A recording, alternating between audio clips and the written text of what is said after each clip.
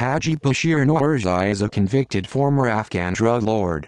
He was an early supporter of the Taliban movement, and later worked as an undercover agent on behalf of the U.S. government. Despite being among America's most wanted drug traffickers, he agreed to come to New York City for a debriefing after being promised by his handlers that he would not be arrested. He was arrested 10 days after his arrival. Biography: He fought the Soviet forces that occupied Afghanistan from 1979 to 1989. He was left in charge of Kandahar after Mullah Omar went into hiding. He provided explosives, weapons, and militia fighters to the Taliban regime. Nourzai was in Quetta when the September 11 attacks occurred, and soon afterwards returned to Afghanistan. In November 2001, he met with men he described as American military officials at Syndicate, near the Afghan-Pakistani border.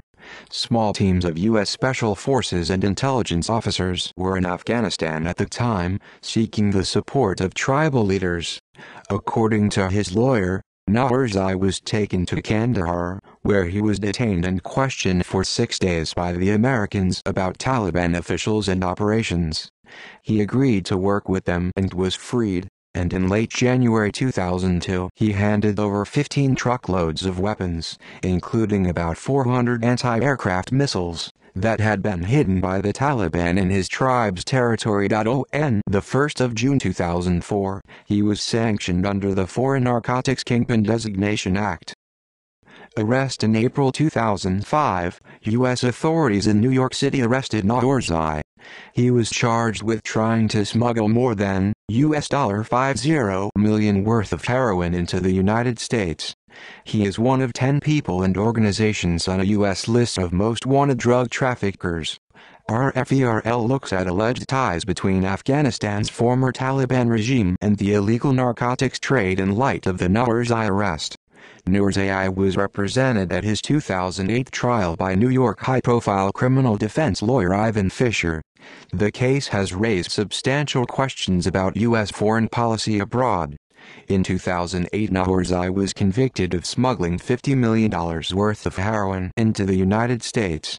On April 30, 2009, he appeared before Judge Denny Chen, who sentenced Nourzai to life imprisonment. The New York Times reported that the leadership vacuumed in the drug trade, following Nourzai's capture, was filled by Juma Khan. Khan was, in turn, captured in 2010. The Afghanistan Times reported that Taliban officials said Nourzai had been released in the United Arab Emirates on July 16, 2019. They reported that he would join Taliban peace negotiators in Qatar. They incorrectly reported he had been released from the Guantanamo detention camp. References